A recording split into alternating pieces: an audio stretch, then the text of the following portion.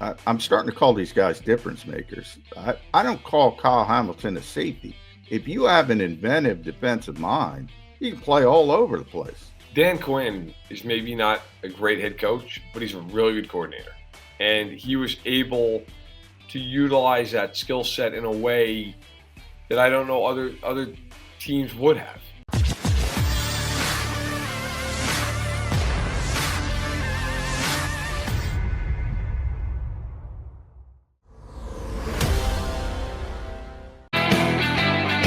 Appreciate you tuning in to Birds 365 here on the JAKIB Media YouTube channel. You got Mac and Mac, McMullen and McDonald. We are joined by a third party. He is out in Indianapolis for day 2 of the Combine. The gathering was yesterday. You actually get to hear from some of the players today. Maybe that's why Matt Verderame says, listen, I got to be out of there by 20 minutes too, because I got 9 o'clock interviews I got to check. Matty V, good to see you. Who is it you're looking forward to hearing from at 9 o'clock? Well, I got to just get over there. I think that the first group of people that are really interesting to me, starting about an hour after that, which is the quarterbacks. You have Kenny Pickett, Malik Willis follows right after that. There's Carson Strong, there's Desmond Ritter. The NFL did us all a favor, of course, by having all these guys go at the exact same time. It'll be it's always interesting, right, to get a hold of these guys as the quarterbacks all talk. So there's some receivers that go today as well. That are interesting. So there's a lot. There's a lot of big names that talk today, and then they'll continue to talk all the way through Saturday. Well, Matt, obviously quarterbacks are always the headline. And yesterday, a bunch of coaches and GMs spoke, and that was kind of the theme, whether it was Bruce Arians playing Motel 6 with Tom Brady. They're going to leave the light on for him, but they're not going to let him play anywhere else. I was surprised Brian Gutekunst said, nope, nobody's called us about Aaron Rodgers. I don't know what Indianapolis is doing with Carson Wentz. I mean, with Jody and I were just talking about it. I would at least try to recapture something and try to talk him up a little bit. But they seem to be going in a different direction. Russell Wilson's talking up his love of Seattle in other avenues. This quarterback market looked like it could be historic, but all of a sudden it's shrinking dramatically. Is that the feel you get from Indy? Yeah, which is funny because a couple of months ago, I remember talking to people in the league, like decision makers in the league, who said, yeah, it's going to be wild. They're going to have a lot of quarterbacks on the move. I think, now, yeah, Rodgers looks like he's going to stay. Wilson looks like he's probably going to stay. And so all of a sudden it's like, okay, well, Watson, who knows what's going to happen with that? I mean, that has been an ongoing legal issue, obviously, for at this point about a year. And then I think the guys who are going to get moved are guys who don't maybe move the needle. It's Jimmy Garoppolo and it's Carson Wentz, and give Garoppolo his due. He wins a lot of games, but I don't know that anybody's over the moon excited about acquiring Jimmy Garoppolo. Carson Wentz, you got to factor in the Colts have spent a first and a third round pick. Obviously, you guys are very familiar with Carson Wentz, and they're already looking to essentially just dump him. I mean, I don't know that they're even going to be able to get any kind of value for him. And Chris Ballard yesterday wouldn't even say he believed in him. It was just it was one of the more bizarre things. Like, he literally would not say he believed in him. It was wild. And then Frank Reich essentially a couple hours later was like, I stuck my neck out for him. We'll see what happens. I still think he's got some good football in him, and then proceed to say, well, whether that's here or somewhere else, I still think he can play football. I mean, that's not exactly driving up trade value.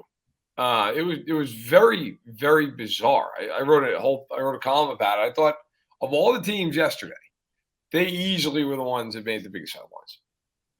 Yeah, very interesting. See how it plays. John and I debated. He thinks they can actually get a day 3 pick for him. I don't think it's out there. I think they're going to have to cut Carson Wentz if they want to move on from him. All right, I want to bring it back to the Combine and the players. They'll start the media session today, and you're going to run off and try and get in touch with at least a couple of the quarterbacks.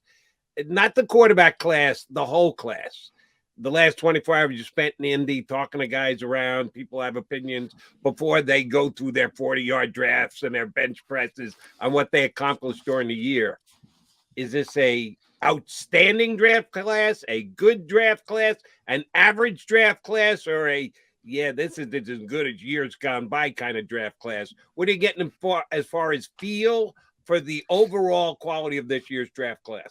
So I don't think it's as strong as previous years. Now, overall, you get the feeling that, yeah, it's probably below average. I will say, though, I think at receiver and at corner to an extent, and certainly at edge rusher, it's a really good draft. Like most people feel that it's very deep at edge, it's very deep at receiver. There are some very good corners to be had. But and I think a lot of too, like the way it's viewed is through the prism of like the quarterbacks just aren't good, right? At least that's how it's perceived. And so you're going to have quarterback go in the first round. There's a quarterbacks, but I don't know that anybody feels any of these guys are legitimate top 10 picks, right? Even though you'll probably have one in the top 10, maybe even two of them.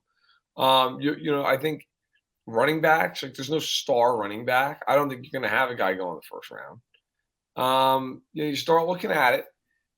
It's not a star-studded class. I mean, certainly there are some really good tackles at the beginning, Neal and Ike Ekwonu, but it doesn't have the juice that some other classes do.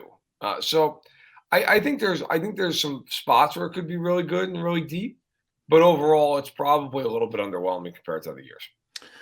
Matt, because the Eagles start the process at 15, 16, 19. So, every year we kind of hear this thought that there's not 32 first round picks. NFL teams tell you that all the time. And there's sort of this cutoff point where legitimate first round grades, and it usually happens right like 15 to 20.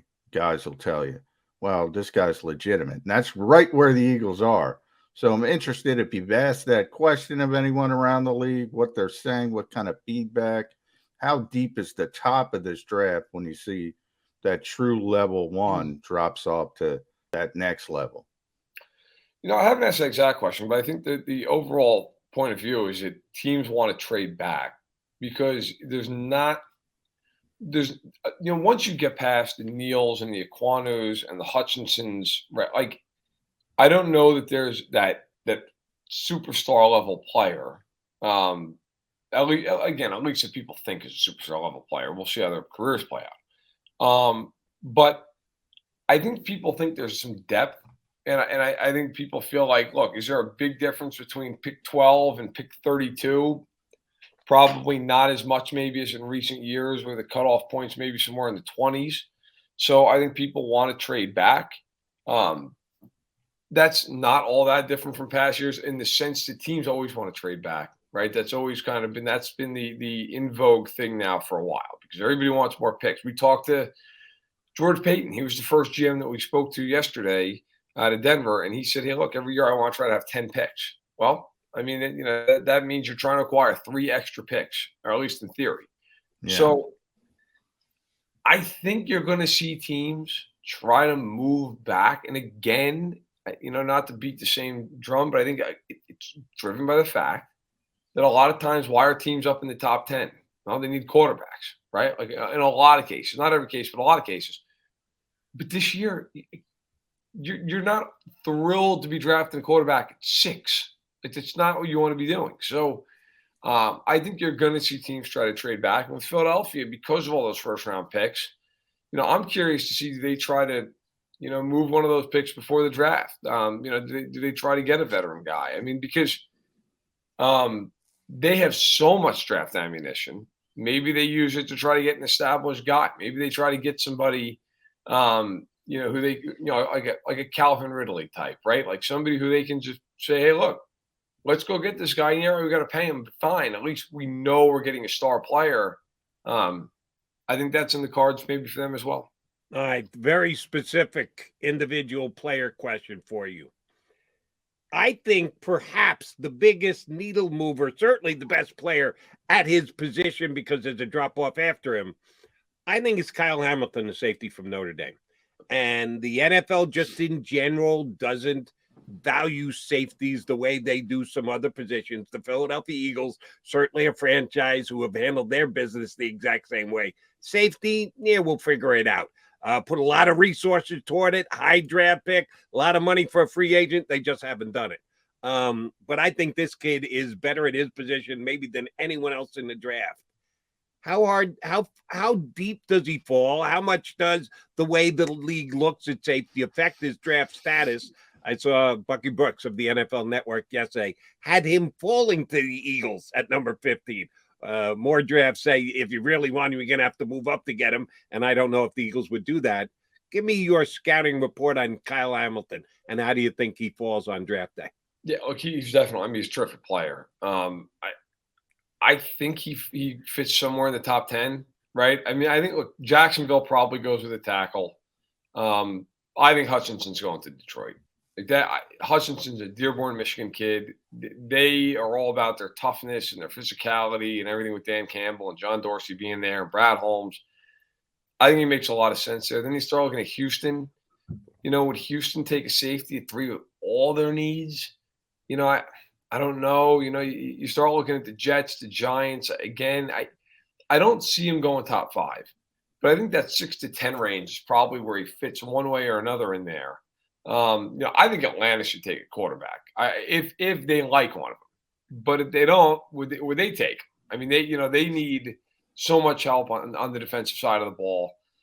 But when you look at the history of the draft, you're right, Jody. I mean, safeties don't go very high typically. The last, I'm doing this off the top of my head, but the last guy I can think of that was safety that went top 5 was Eric Berry, probably in 2010. I mean, you're talking a long time ago, right? So, I mean, history says he will not go that high, but because his class is not overwhelming, I do wonder if that helps him, maybe pushes him up a few slots, where in other years, he would probably fall a little bit. Matt, to follow up a little bit on Kyle, and this will be my last one because I know you got to run, but and this is sort of a philosophy thing with the entire NFL. And I'm going to make the comparison to Micah Parsons because this time last year, people would argue, is Micah Parsons an all-ball linebacker? Is he an edge rusher? Turns out he's both and much more than that. Right. I'm starting to call these guys difference makers. I don't call Kyle Hamilton a safety. If you have an inventive defensive mind, he can play all over the place. He can play slot. He can play linebacker. He can play both safety positions. He can be that Swiss Army piece. Does the league, and I kind of saw the trend a little bit with Isaiah Simmons. It hasn't necessarily worked out with Arizona, but at times he flashes. Is the league at least trending a little bit more toward the positionless player on defense? Will they look at that and say, okay, Kyle Hamilton isn't just a safety? I think it depends on how progressive the coaching staff is and how they feel a certain player fits. Like Dan Quinn is maybe not a great head coach, but he's a really good coordinator. And he was able to utilize that skill set in a way that I don't know other teams would have, right? I think, maybe they're more rigid. I remember a couple of years ago when Isaiah Simmons, I mentioned Arizona, right? Like everybody thought, oh, he'll play all over the field. Well, they've struggled to kind of figure out his best position. And we've seen guys who've come out who have had good careers, who have kind of been that positionalist guy. Like Shaq Thompson was a guy in Carolina, right? That he play linebacker, play safety. I do think the NFL is moving towards a little bit of that because I remember 10 years ago, whenever you talked about a defensive player, there was a lot of like, well, is he a 4-3 guy? Is he a 3-4 guy? There's always a lot of that stuff. You don't hear that as much now because with teams always playing 3 wide receivers, you're always in nickel and dime anyway, right? So whether or not if you're a 3-4 team, but you're in dime all the time, and you're really a 3-2-6 team, right? Like, does it really matter? If the guy stands up, he's got a hand in the dirt. Like, whereas in the '90s, right?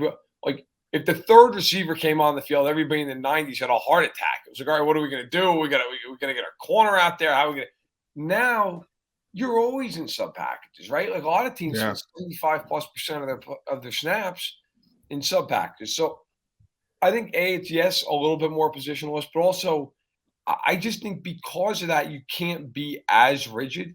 So it doesn't matter as much if, hey, this guy's a stand-up guy on the edge, or this guy's a hand-in-the-dirt guy, because in the end, you're not. It doesn't have as much of an impact as it used to have based on the way the game's played. All right. No, you got to run, but I got one quickie for you. Yesterday, I was questioning / critical of the world champion Los Angeles Rams coach choosing not to show up in Indianapolis. So I can do all my work from film. The most influential guy in the league these days. You have a cup of coffee with him, you get a job as an assistant coach somewhere. He decided not to show up. Yesterday, I found out that Les Snead's not going to be there either, the general manager. Right. And I say, how can you do that? If you're the GM of a team, this is rumor central. This is tampering central. You got to be in Indianapolis. How does Les Snead not show? Well, he got a T-shirt that said F the Picks. He could get a T-shirt that says F Jody Mack. How dare he critique me? I'm the GM of the champions of the National Football League. Is Les Snead doing his organization a disservice by not showing up here? Look, I'm very biased because I'm here as a media member who would love to talk to all these guys. But I think you talk to most people in the league, and they think there's a ton of value in being here. And I think people have the wrong perception of the combine. I think a lot of fans, because they turn on the TV and they see the 40-yard dash, right? Yeah. And they see all these things. A lot of these teams, I don't want to say they don't care about the workouts. They care, but they don't. That is far and away down on the list for them. They're not worried about some guy running a 40, unless it really stands out one way or the other. They don't really care. They're far more concerned with the medical evaluations, and they're far more concerned with the interviews.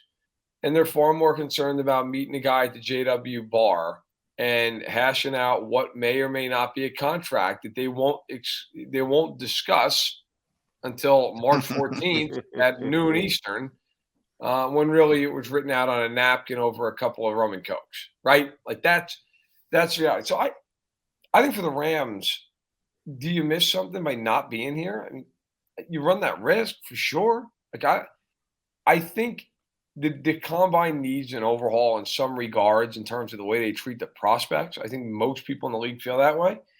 But I also think the combine is so much more than on-field drills. There's so much more. And look, the Rams will get the medical evals anyway, and they'll interview these kids. But I think it's a missed opportunity because anytime you can get information in this league, you want to do it. So I understand why they don't come, but I also think it's a missed opportunity. Glad to hear that I'm not the only one who's not going to get a Christmas card from Les Snead this year. The championship Christmas card. Verderame's not getting one either. I'm sorry I dragged you down to the muck and mire with me, Matt, but I'm glad to have company. Hey, buddy, you got some work to do. Thank you very much for coming on with us this morning. We'll be reading you at Fansided, following the podcast, Stacking the Box. Matt Verderame, our pleasure. Hey, thanks a lot, guys. Appreciate it. Thanks, Matty Matt. V from Fansided here with us on Birds 365.